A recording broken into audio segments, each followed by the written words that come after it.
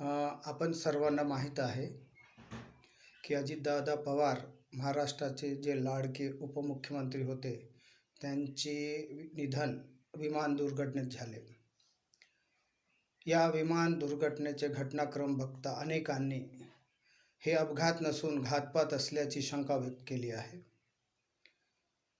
पवार कुटुंबातून देखील असे आरोप करण्यात येत आहे।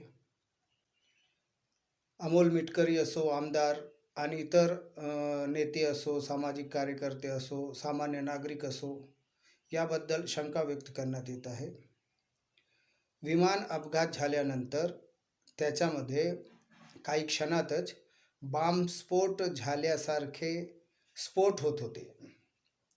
यावर समाज माध्यमात आणि इतर लोकांनी दादांची हत्या करण्यासाठी विमानात बॉम्ब पेरले होते अशी शक्यता आणि शंका व्यक्त करण्यात येत होती।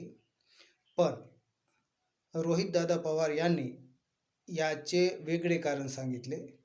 त्यावरूनही दादांचा घात करण्यासाठीच त्यांना विमानाने पाठवण्याची व्यवस्था करण्यात आली, त्यांना मजबूर करण्यात आले विमानाने जाण्यासाठी आणि त्यातूनच हे सर्व घटनाक्रम घडले आणि अपघात झाला।